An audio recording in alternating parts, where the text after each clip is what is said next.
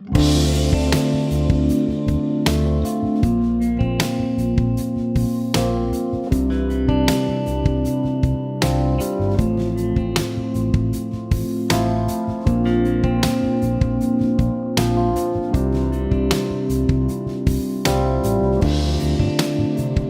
noble ones, welcome back to my channel. This is the Metatron speaking, and today we're going to compare two very interesting kinds of body armor, namely the Roman Lorica Segmentata, generally speaking used by Roman heavy infantry between the 1st century BC all the way up to the mid 3rd century AD, so for about 3 centuries. And this late medieval, to be specific late 15th century Brigandine, used by both medieval common soldiers and sometimes nobility.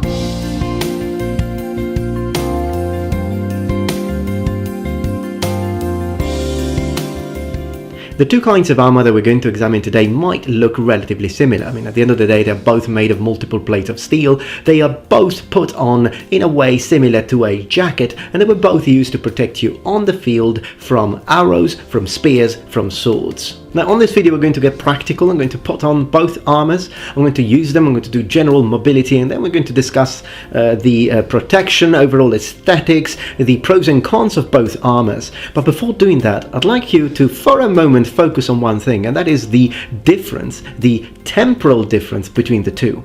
To be specific, 1,500 years of difference. Now, from our perspective as modern people from 2021, they both look like ancient tech. They are both ancient kinds of armor. And yet, even from the perspective of a medieval soldier who was living in the late 1400s, the Lorica Segmentata that was used in the 1st century AD, so 1,500 years before that, would have looked ancient as well.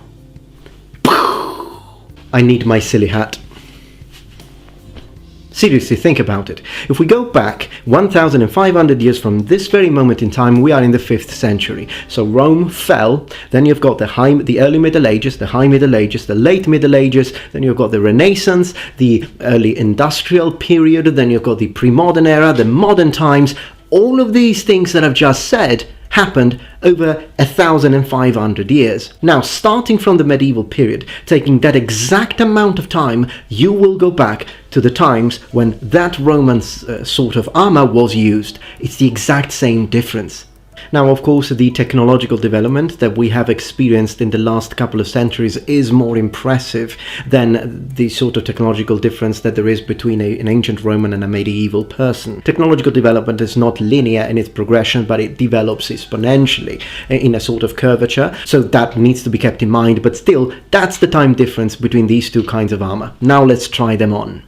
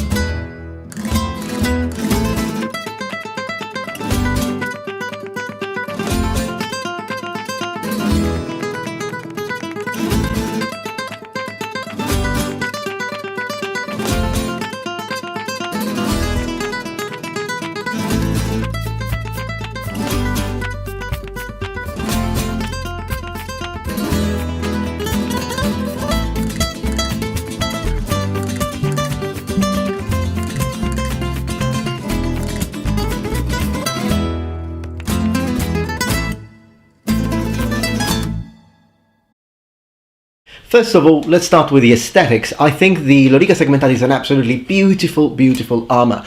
It's relatively simple in its design, and yet, I don't know, it's probably the big shoulders, it's the overall look, the mixture of all the different kinds of metals, because of course in my case this is steel, and then you've got brass and pure copper in here. The originals could have been iron, it could have been steel.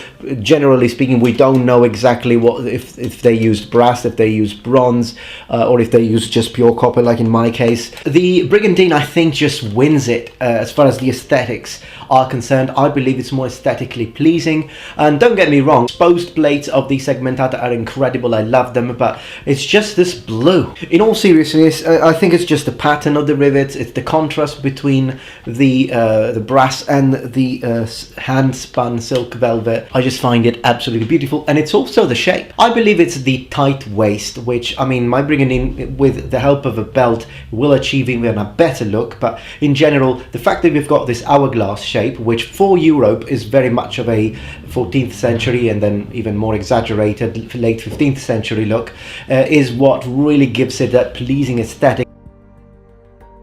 In terms of mobility, Lorica Segmentata affords me a lot of mobility, and I have to say that compared to my Brigandine, it does allow me a tiny little bit to close my arms further, but yet I have to say that the Brigandine wouldn't really disturb me at all. So they both work very well. In terms of mobility, I'm gonna say they are on pair. It's not really the Brigandine that kind of blocks me a little bit here, it's the arm-in doublet.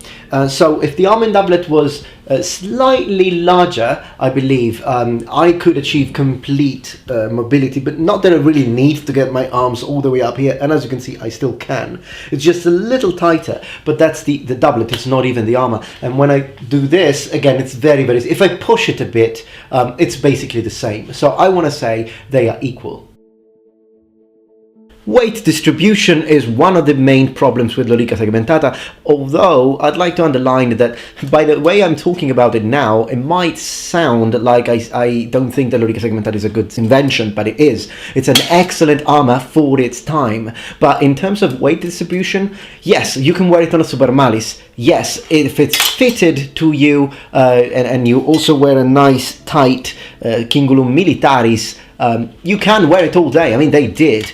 But when I wear my Brigandine, I noticed that it just feels better. The overall weight, particularly on the shoulders for my Segmentata, is a bit of a problem. You can feel it, and that's because of the fact that all the mass of the shoulders is just right here. In terms of weight distribution, the Brigandine shines.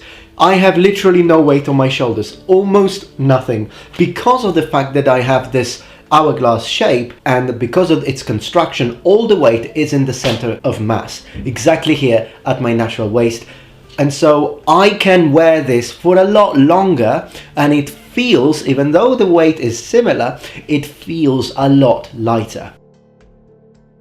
Protection is the next thing I'd like to talk about. Now, Segmentata is a very protective armor, and it was in fact an improvement, particularly against penetration, compared to other sorts of armor, such as the so-called Lorica Hamata or mail. So in terms of protection, Segmentata protects you well, and it does have some overlapping, particularly in the center. In fact, one thing I'd like to say that I have noticed people saying multiple times, particularly in reenactment fairs and sometimes even YouTube videos, that a Segmentata does have a hole, or there are gaps in the center of the armor, and I've even heard people trying to justify that by saying, oh no, but that's because you can protect it with your shield.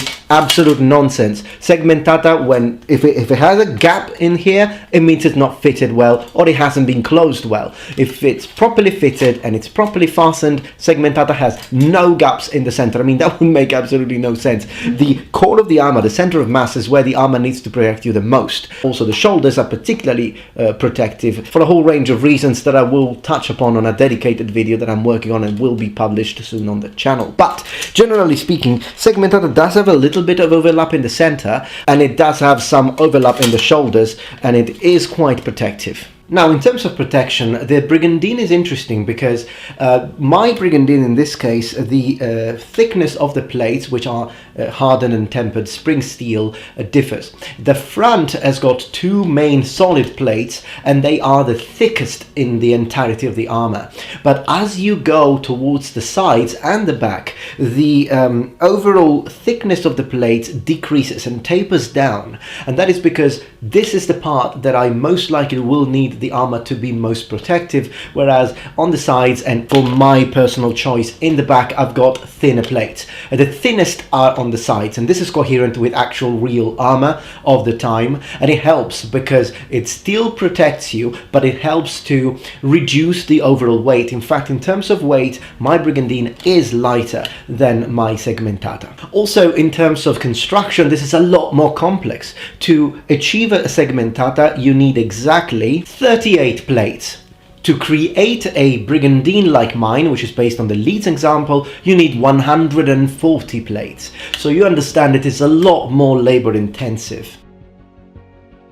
Last but not least, the closing mechanism. Now, for generally speaking Segmentata, the pectoral plates are closed shut by buckles and straps. Now, my type, which is a core bridge type B, but that will be the same for core bridge type A, it's laced up. That's how you close it. Although the way I've done it here, not exactly historical. A more historically plausible, although we don't know 100%, but a more historically plausible way would be to individually fasten each girth hoop.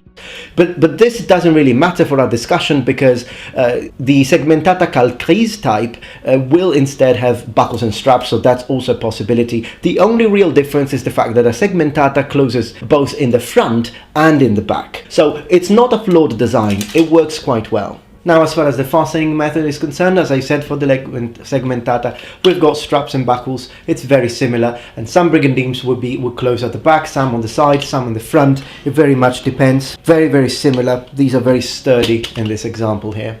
Another thing that is important to say is that the armor overlaps in the center. This is something that was actually asked to me by one of you in the comment section of my latest video on the Brigandine, and I do want to show you this, how it works. So as you can see, when I open it up, you can see that there is a series of plates in here that sort of protrude, and as these go inside, they will overlap with this part of the plates here. So you've got literally extra plates exactly for that reason. So when the Brigandine is closed shut, even though it might appear that you could slit a blade in between the two areas that meet here, the two rims or edges. That's actually not the case, because then that's why these extend here to make sure that not only you can't slip anything through, but you also have two layers of protection in the very central core of the body armor.